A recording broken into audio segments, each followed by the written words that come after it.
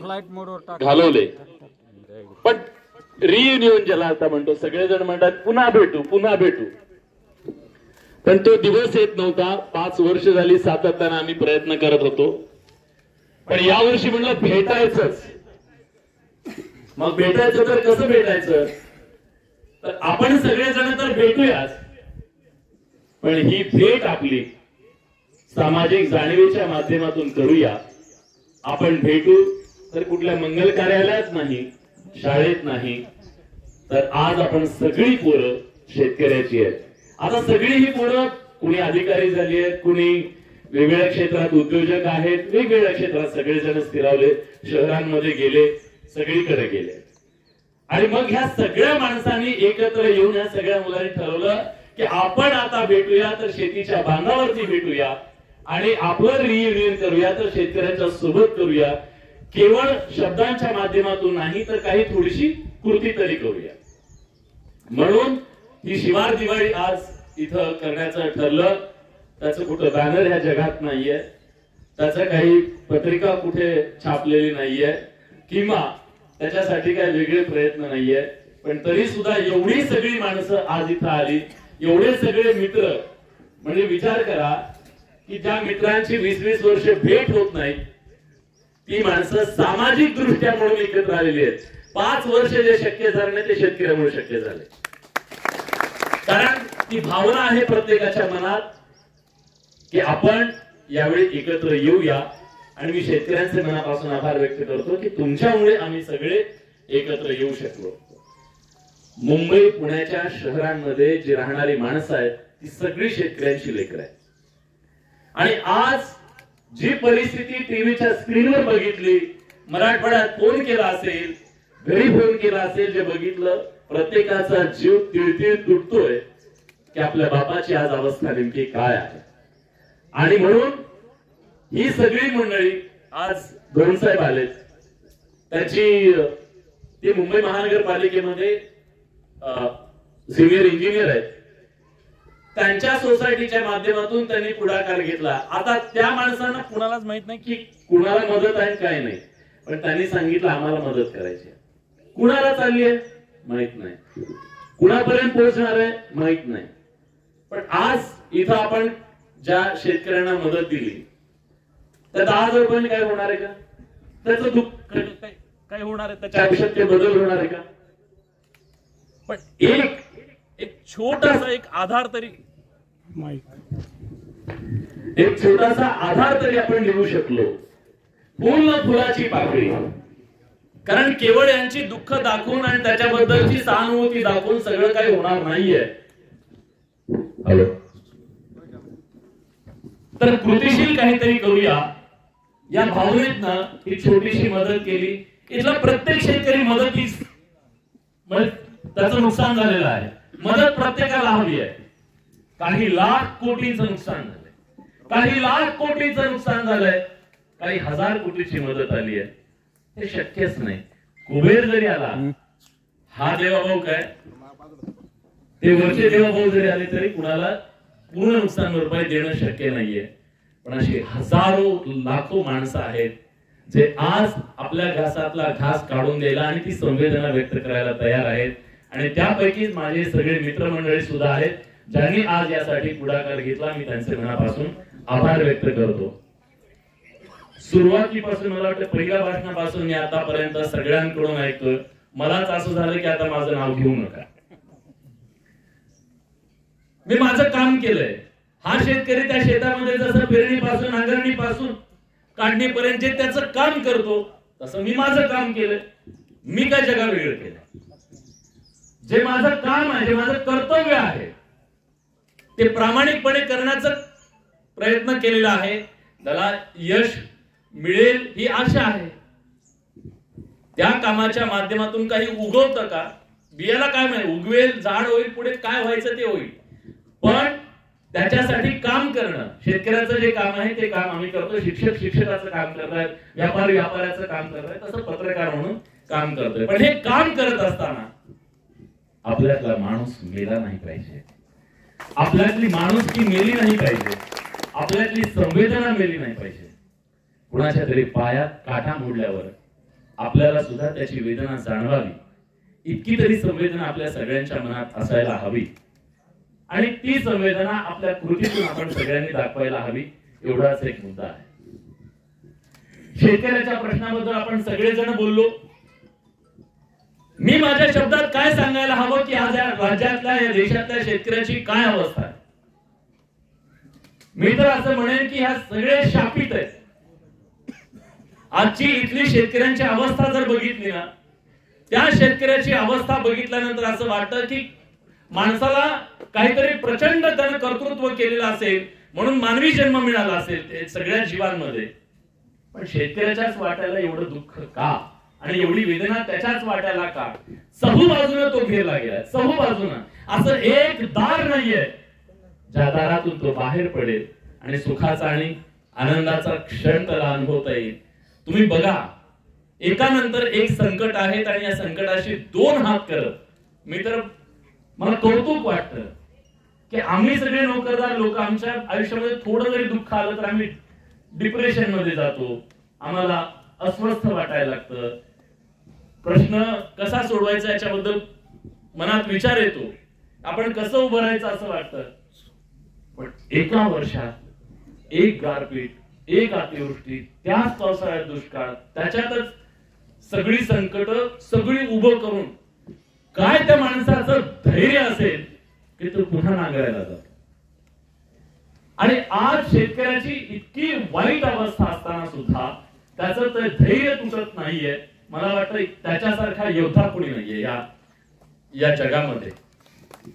पण या योद्ध्यांच्या बद्दल काम करत असताना एक पत्रकार म्हणून माझी जी भूमिका आहे ती भूमिका आहे की माध्यम म्हणून तिथपर्यंत पोहोचवणं, सरकारपर्यंत ते पोहोचवणं, परिणामकारकरित्या ते पोहोचवणं. आणि हे पोहोचवण्यासाठी काही वेगळं सांगायची काय गरज नाही. माझे वडील इथे बसलेले, आपण सगळे शेतकरी आहेत, शेतकऱ्याची मुलं आहेत. आणि ही दिवाळी आहे ना, ही दिवाळी आपल्याला शिकवते, ही दिवाळी प्रेरणा आहे, ही दिवाळी आपल्याला परिस्थितीची जाणीव करून देणारी आहे. मला वाटतं आता आपल्या सगळ्यांच्या घरांमध्ये दिवे आता आले, हे आमच्या पिढीत आता गेल्या 5-10 वर्षात आले. गौरीच्या खांडावर रॉकेल टाकून दिवे पेटवणारे आपण सगळेजण शेतकऱ्याचे, बरोबर. आपली जी पिढी आहे सगळं बघितलंय नाही. कापूस वेचायला जायचो, आता कापूस राहिला नाही. कापूस वेचणी दिवाळीच्या सुट्ट्यामध्ये कापूस वेचल्याच्या नंतरच आपल्याला नवे कपडे मिळायचे. शेतकऱ्याच्या आयुष्यामध्ये शेतकऱ्याच्या पोरांना कपडे कधी मिळायचे? दिवाळी दसऱ्याशिवाय त्याला कपडे असतात का? अजिबात नाही. कारण सुगी येईल आणि त्या सुगीवर 2 कपडे घेऊ आणि आपल्या लेकरा बाळांना चांगलं दाखवू. आता काय नोकरदार वर्गात त्यांना मॉल उघडाच आहे ना, 12 महिने उघडाय शॉपिंगला, सॅटर्डे संडे शॉपिंग सुरू आहे. पण शेतकऱ्याची शॉपिंग ही त्याच्या सुगीवर आहे. पण आज ऐन सुगीमध्ये आणि ऐन दिवाळीमध्ये त्याच्या शिवारात एवढा अंधार दाटलाय, एवढा अंधार दाटलाय की त्याला पुढचं काही दिसत नाही. आणि म्हणून त्याच्या ह्या शिवारामध्ये एक पंक्ती तरी आपण लावूया आणि किमान आम्ही आहोत, आम्ही काही करू शकणार नाही तुमच्यासाठी. म्हणजे तुमचं एवढं मोठं दुःख आहे, एवढं मोठं नुकसान आहे, ते सगळं नुकसान बरोबर कुणी शक्य नाहीये. पण केवळ बा शेतकरी आम्ही तुझ्या पाठीशी आहोत, तू एकटा नाहीयेस, तू लढतोयस, तू लढ, आम्ही तुझ्या सोबत आहोत, एवढं तरी सांगूया.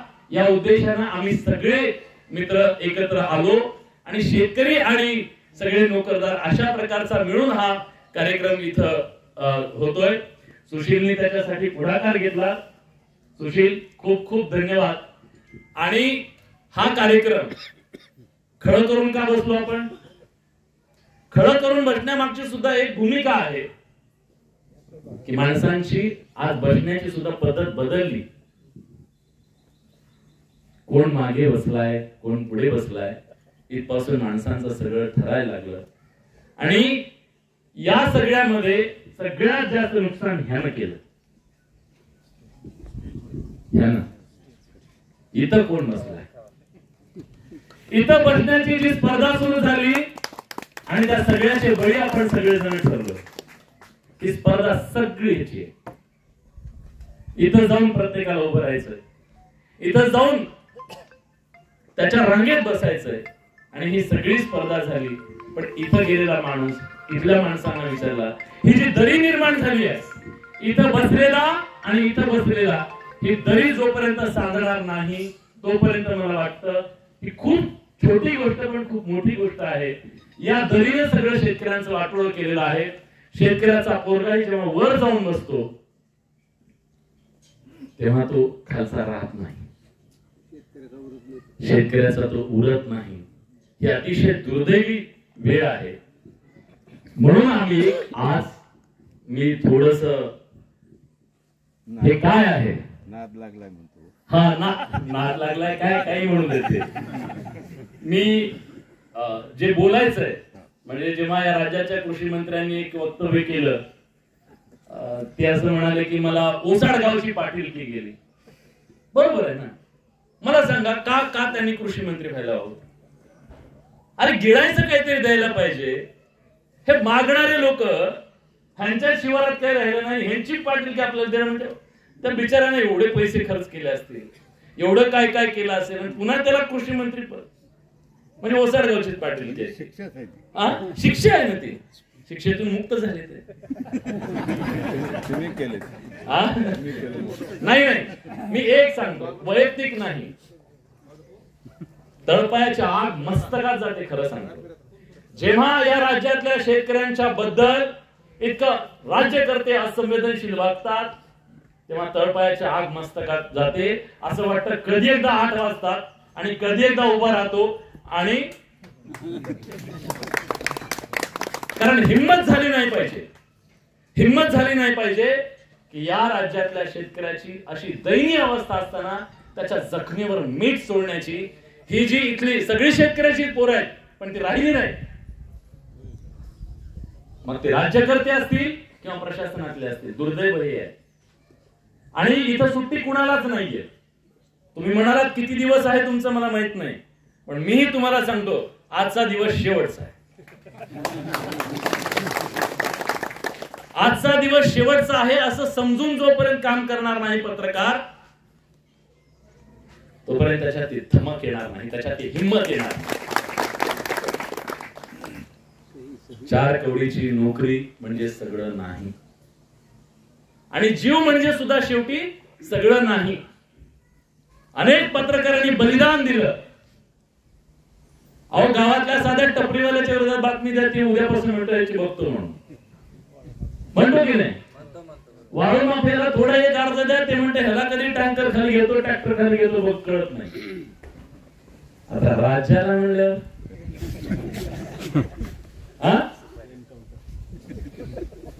सोपं आहे का? पण हे सोपं काय माहितीये, शेतकऱ्याच्या पोराला हिम्मत शिकवावी लागत नाही, अजिबात हिम्मत शिकवावी लागत नाही. कुणाच्या बापाला घाबरू शकत नाही, कारण त्यानं पायात काटे मोडून घेतलेले आहेत, त्यानं सगळं सहन केलं बापाच्या सोबत.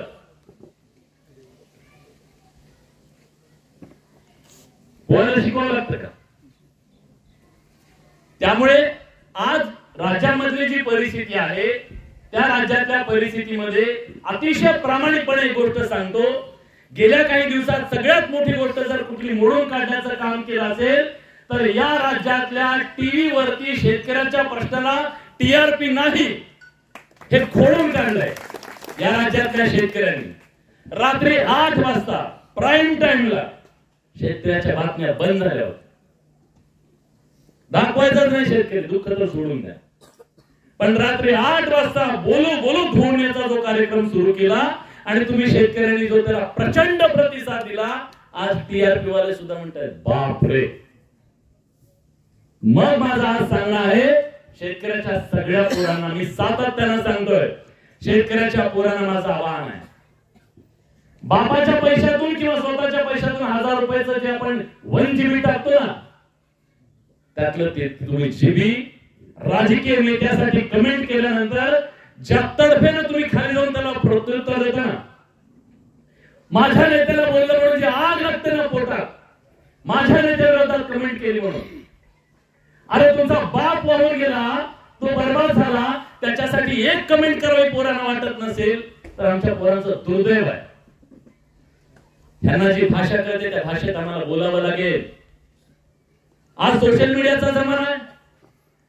सोयाबीनचा भाव या महाराष्ट्रात ट्रेंडिंग मध्ये आला पाहिजे. त्यांना ट्रेंडिंग कळतं ना. ट्रेंडिंग कोण येते? भुरटे ते मुंबईतले उर्फी जावेद पासून असे कमी कपडे घातलेले लोक ते ट्रेंडिंग मध्ये. शेतकऱ्याची बातमी होऊ शकत नसेल तर हे दुर्दैव आहे. त्यामुळे आज शेतकऱ्याच्या मुलांनी सुद्धा या सोशल मीडियाचा वापर आपल्या बापासाठी केला पाहिजे. काय हरकत आहे मला सांगा? अवघड आहे? अवघड आहे. नेत्यांसाठी किती इमानतदार लढतात आपली पोरं. अहमदपूर मधून निघाला नेता म्हटल्यानंतर ह्याची तगमग इथपासून होते. महाराष्ट्राचं साहेब आहे, साहेब साहेब साहेबाच्या पायात घातलं सगळं. साहेब काय म्हणतो? हा सॅनिटायझर ना हात धुतो. हात दिला होता शेतकऱ्याच्या पोरांनी. ही परिस्थिती बदलली पाहिजे आणि ही परिस्थिती बदलण्यासाठी शेतकऱ्यांनी सगळ्यात महत्वाचं आहे. मी थोडं धाडसानं बोलतोय पण सगळ्यांनी कान देऊन ऐका प्लीज. माझे हात जोडून विनंती आहे. जातीसाठी नाही मातीसाठी लढायला ज्या दिवशी सगळे शेतकरी उभे राहतील ना या महाराष्ट्रातल्या शेतकऱ्याला कुणाच्या दारात जाऊन भीक मागायची वेळ येणार नाही. या शेतकऱ्याला कुठल्या अनुदानाची गरज नाहीये, त्याला पीक विम्याची गरज नाहीये, कुठल्या मदतीची गरज नाहीये, कुठल्या रांगेत जाऊन उभं राहायची गरज नाहीये. जगाचा पोशिंदा जर बिस्किट पुड्यासाठी रांगेमध्ये उभा राहत असेल ना जगाला पोचणारा याच्यासारखं दुर्दैव आहे पण त्याला बिस्किट पुड्यासाठी उभं केलं गेलं. आम्हाला कळत नाही हो. तुम्ही म्हणाला ते अगदी बरोबर आहे. झेंड्यांच्या मागे आम्ही सगळेजण लागलो. झेंड्यांनी आज माणसात माणूस ठेवला नाही. आज मातीचं दुःख मातीची वेदना इथं प्रत्येक जण बोलतोय. पण तीच गोष्ट आहे निवडणूक आली की जातीचा प्रश्न होतो. हे होता कामा नये. शेतकऱ्यांनी आणि शेतकऱ्याच्या पोरांनी जागृत होणं. आज मला एक दुःख वाटतं. शरद जोशींच्या नंतर या महाराष्ट्रामध्ये संपूर्ण महाराष्ट्र एका हाकेवरती उभा करेल अशा नेतृत्वाची उणीव आम्हाला सुद्धा जाणवते. लढणारी नक्की माणसं आहेत, लढतायत आणि आम्ही सांगतो त्यांना तुम्हाला प्राईम टाइमला यायचंय. तुम्हाला व्यासपीठ आम्ही देतो. तुम्ही बोला शेतकऱ्यांच्या प्रश्नावरती. किती दिवस आहे माहित नाही. मी पुन्हा सांगतो आम्हाला किती दिवस नाही तर सगळ्यात शेवटी शेतीचा सातबारा कोणी काढून घेणार आहे का? तुमचा निखिल वागळे होऊ नये म्हणजे बस आम्हाला एवढं वाटतं. तो जरी झाला मी तुम्हाला आज शब्द देतोय रानातून आमच्या वडिला शेती आहे ना तिथे उभं राहून बोलू. बोलणं थांबवायचं नाही. तो जमाना गेला आता की फक्त आपल्याला टीव्हीची स्क्रीन लागते. एक मोबाईल फक्त तुमच्या बोलण्यात काय पाहिजे? प्रामाणिकपणा पाहिजे. फक्त जे बोलताय ना ते इथून पाहिजे. या महाराष्ट्रातला शेतकरी या महाराष्ट्रातला सामान्य माणूस मी विचारही करू शकत नाही. इतकं प्रेम या महाराष्ट्रामध्ये, इतकं प्रेम. त्याच्यातून मी मरेपर्यंत मी काही जरी केलं शेतकऱ्यांसाठी तरी त्या प्रेमातून कधीच उतराई होऊ शकणार नाही. त्यामुळे आम्ही सगळ्यांनी एक ठरवलं आपण काहीतरी आता करूया, कृतिशील करूया. हा महाराष्ट्र, या महाराष्ट्रातले सगळे नोकरदार, सगळी माणसं उभी आहेत. पण सामाजिक दृष्ट्या या महाराष्ट्रात काहीतरी उभं राहणं गरजेचं आहे आणि त्याची सुरुवात होणं गरजेचं आहे. आणि त्याच्यासाठी जे निर्माण करायचं असेल, आज सगळ्यात महत्वाचं शेतकऱ्यांच्या बद्दल सगळ्यात मोठी अडचण आणखीन काय? त्याची दवाखान्याची अडचण राहते. लय बारीक अडचण, लय बारीक. पण एवढ्या बारकुशा अडचणीसाठी सुद्धा तो इतका घाई कुठलेला असतो. सरकारच्या योजना येतात, एवढं सगळं येतं. पण मेडिकलच्या क्षेत्रामध्ये आपण शेतकऱ्यांना काहीतरी मदत करण्यासाठी पुढाकार घेऊया. पुढच्या काळामध्ये जिथं संकट येईल तिथं त्याला आधार देण्यासाठी उभं राहूया. सामाजिक प्रश्न जिथं उभा राहील तिथं भूमिका घ्यायला उभं राहूया. जाती पातीच्या धर्माच्या सगळ्या भिंती तोडूया आणि आम्ही सगळ्यांनी ठरवलं आता आपण सामाजिक क्षेत्रात सुद्धा ताकदीनं उभं राहूया. आणि ही सामाजिक क्षेत्रातली ताकद आपल्याला एक व्यासपीठ लागतं, एक ज्याला आपण म्हणतो माध्यम लागतं. आणि हे माध्यम म्हणून आम्ही एक नवीन प्रयोग केलाय. सुशील 2 मिनिट पुढे. ह्या टेबलवर काय ठेवलंय ह्याचा उलगडा मी आपल्या सगळ्यांना करणार आहे. आणि हा उलगडा महाराष्ट्रातल्या जिल्ह्यात आता हे सगळीकडे महाराष्ट्रभर जाईल हे. आणि ही जी पणती आज इथं पेटवतोय आपण, ही पणती या महाराष्ट्रात वणवा घडवेल की काय घडवेल मला माहित नाही, पण ही पणती आज पेटवतोय. आणि ही पणती निश्चितपणे सकारात्मक असेल. ही पणती या राज्यातल्या दीन दलित उपेक्षित पीडित शेतकरी ह्या सगळ्यांसाठी ऊर्जा असेल अशी अपेक्षा आहे. आणि सातत्याने एक विचार होता की आपल्याला काहीतरी करायचंय, पण करायचं काय आणि कसं करायचं हा प्रश्न होता. तर या सगळ्याची प्रेरणा छत्रपती शिवाजी महाराज यांच्यापासून घेतलेली आहे. आपली लायकी पण नाहीये आणि आपण त्या नखाची नाही तर त्या कशाचीही काही करू शकत नाही, ते नाव सुद्धा घेऊ शकतो, हीच आपली लायकी आहे. म्हणून आम्ही असं ठरवलं की आपण एक होऊ शकतो. हा जर बदल समाजात घडवायचा असेल, काही करायचं असेल तर आपण मावळा होऊ शकतो. आणि 18 पगड जातीचे सगळे मावळे येऊनच काहीतरी बदल या समाजात घडवू शकतात, काहीतरी समाजाप्रती करू शकतात. त्यामुळे आम्ही सगळे मित्र मावळा बनून आजपासून एका कामाला सुरुवात करतोय. आणि आज हे मावळा फाउंडेशन आपल्या सगळ्यांच्या समोर येत आहे आणि ही ओळख असणार आहे. आणि हा मावळा या महाराष्ट्राच्या प्रत्येक संकटात, महाराष्ट्राच्या प्रत्येक जिल्ह्यामध्ये जाऊन त्याचं काम करेल, आधार देण्याचं काम करेल, मदतीचा हात देण्याचं काम करेल, आवाज उठवण्याचं काम करेल. आणि सगळ्यात महत्वाचं म्हणजे जाती पातीच्या भिंती गाडण्याचं काम ज्या 18 पगड मावळ्याने सुराज्याच्या मदतीने केलं ते सगळं सुद्धा आपल्या सगळ्यांना करावं लागणार आहे. आणि त्यासाठी मी आपल्या सगळ्यांना एक आवाहन करतोय की आपण सगळेजण या प्रक्रियेमध्ये जोडले जाऊ शकता. याच्यासाठी काहीच वेगळं करायचं कारण नाहीये.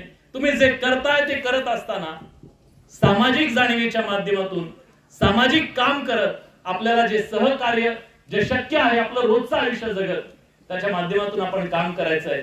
आणि हे काम महाराष्ट्राच्या कानाकोपऱ्यात पोहोचावं, माध्यमांमधून पोहोचावं, शेवटच्या माणसापर्यंत पोहोचावं ही अपेक्षा निश्चितपणे आहे.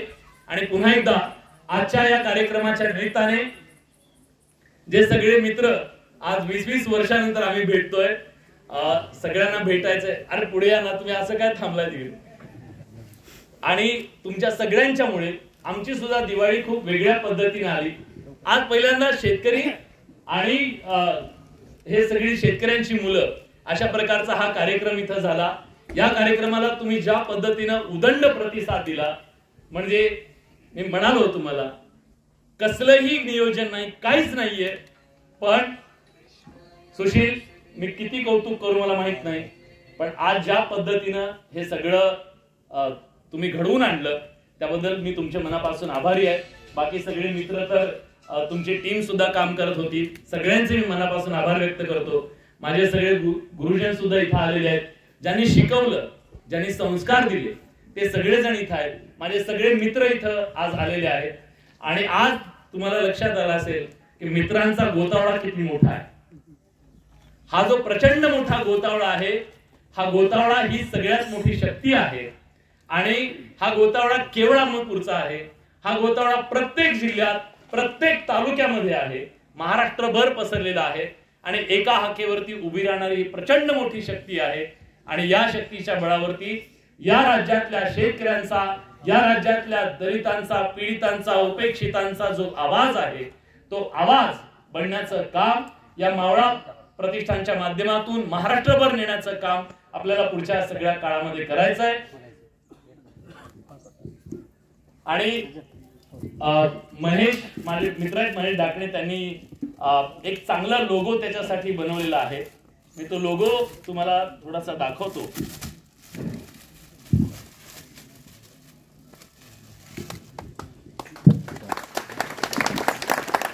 आणि ह्या मावळ्याची जर तुम्ही बघितलं तर तलवार आहे, पण ती तलवार पुढे लेखणी झालेली आहे. खरं तर मावळ्यांनी तलवारीच्या बळावरती सेवा समता सुराज्य निर्माण केलं, पण हे मावळा मात्र लेखणीच्या माध्यमातून, जी लेखणी आमचं सगळ्यात मोठं अस्त्र आहे लोकशाहीतलं, आणि ते अस्त्र घेऊनच मला वाटतं की या सगळ्या कामाला आपण सुरुवात करूया. आणि सामाजिक क्षेत्रामध्ये खूप मोठी पोकळी निर्माण झालेली आहे, ती पोकळी भरून काढण्याचा नक्की प्रयत्न करूया. या सगळ्यामध्ये आपण सगळ्यांनी सहभागी व्हावं अशी विनंती करतो. आणि पुन्हा एकदा सगळ्या मित्रांचे मनापासून मी आभार व्यक्त करतो, धन्यवाद व्यक्त करतो. भेटूया, खूप वर्षानंतर आपली भेट होतीये.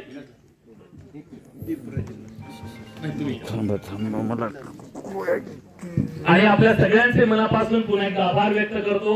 आता भेटूया आपण सगळे.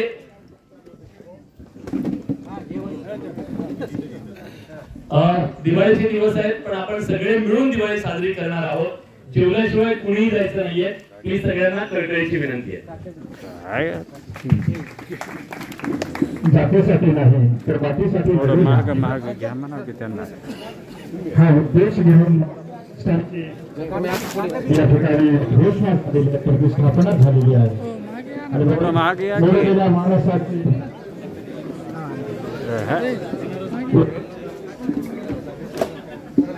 सर थोडं मला हे करू द्या, थोडं मागे सारखं की कॅमेऱ्यावर थोडं सगळ्यांना घेऊ द्या व्हिडिओ.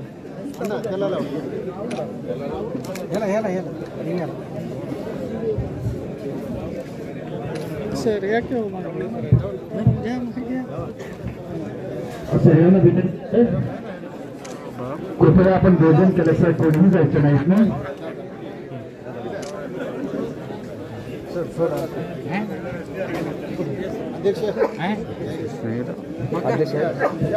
वेगवेगळ्या वाढसाठी दुःख ओले झोलिताना त्या अनाथाच्या आयुष्याला दीप लावून झोपताना या हत्तीप्रमाणे या ठिकाणी कोणतीतरी निमित्त केले जाते आहे. शेतकऱ्यांच्या व्यथावेदनांचं प्रतिनिधित्व ही प्रतिनिधी प्रपंच करणार आहे. सर इकडे हो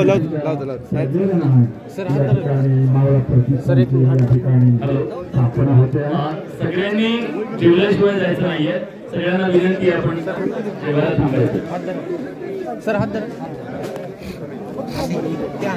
सर पलीकडून. ओके सर इकडे बघा. सर सर एकदा इकडे समोर. ओके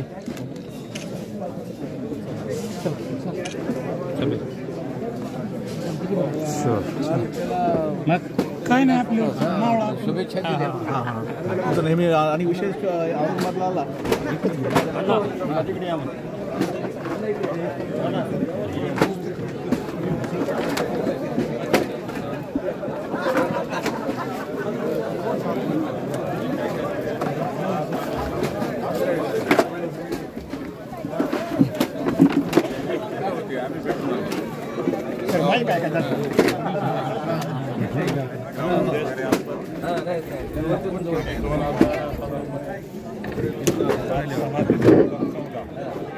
वसंत सरांना विनंती आहे कृपया आपण आभार प्रदर्शन या ठिकाणी व्यक्त करावं.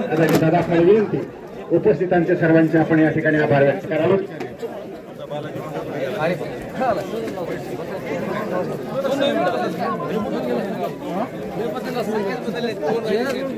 या दत्ता